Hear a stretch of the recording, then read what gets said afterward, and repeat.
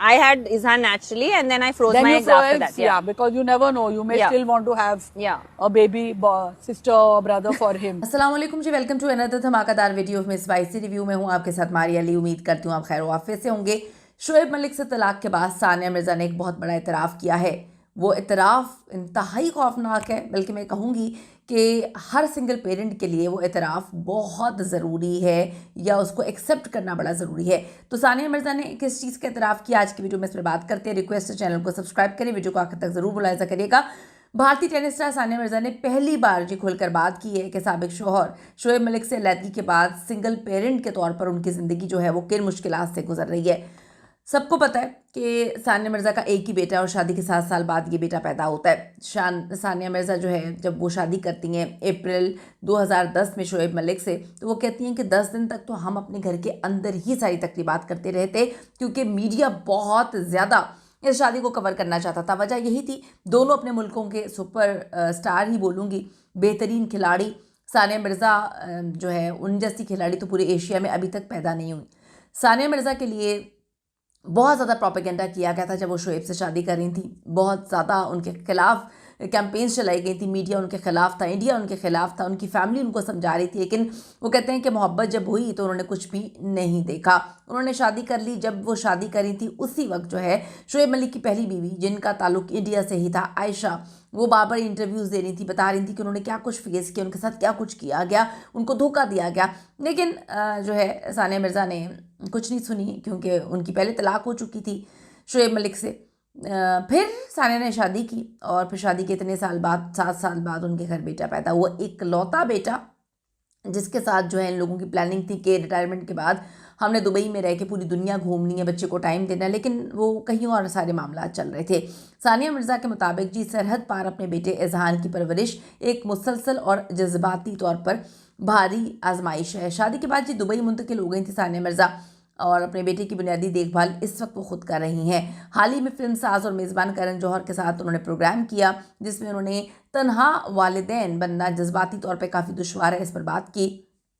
आजकल सानिया मिर्ज़ा जो है वो अपने प्रोग्राम्स में अपनी ज़ाती ज़िंदगी पे बात कर रही हैं। उन्होंने ये तक फ़राह खान के शो के साथ जब शो कर रही थी बता दिया कि मुझे पैनिक अटैक्स आ रहे थे, फ़राह को बुलाया था मेरी तलाक के बाद, मैं अकेली बैठकर खाना नहीं खाती, मैं ट्रॉमा में चली गई थी, मैं काफ़ी अजियत में थी, तकलीफ़ में थी।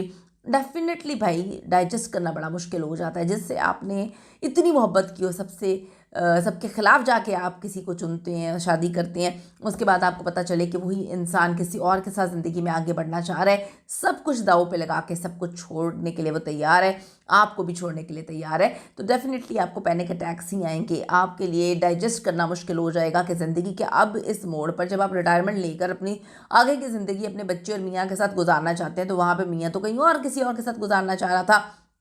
अब जाके 2 सवा 2 साल के बाद जो है सानिया मिर्ज़ा, बल्कि हाँ 1.5-2 साल के बाद अब खुलकर बात कर रही हैं। उन्होंने अपने पैनिक अटैक्स के बारे में भी बात की कि उनको पैनिक अटैक्स आना शुरू हो गए थे। उन्होंने ये भी बात की कि सिंगल पेरेंट अपनी बच्चे पर पूरी तवज्जो देना वो कितना मुश्किल है। सानिया मिर्ज़ा को पाकिस्तान से लोग बड़ी मोहब्बत करते हैं। वो जब पाकिस्तान आई थी 1 से 2 दफ़ा, हर जगह सिर्फ और सिर्फ उनको भाभी और इज़्ज़त और प्यार, अभी भी लोग शोएब से ज़्यादा, बल्कि शोएब ने तो जब तीसरी शादी की है लोग उनको ट्रॉल ही करते रहते हैं, लेकिन सानिया मिर्ज़ा की इज़्ज़त दुगनी तिगनी हो गई है पाकिस्तान में। उन्होंने बताया कि जी तन्हा वालिदैन बनना जज्बाती तौर पर बड़ा मुश्किल है, पेशा वराना मसरूफियात के साथ इस जिम्मेदारी को निभाना बहुत मुश्किल हो जाता है। सानिया मिर्ज़ा ने कहा कि मेरे लिए सिंगल पेरेंटिंग वाकई मुश्किल है, ख़ास तौर पे इसलिए कि हम अपने काम के साथ कई जिम्मेदारियां बैक वक्त जो है निभा रहे हैं।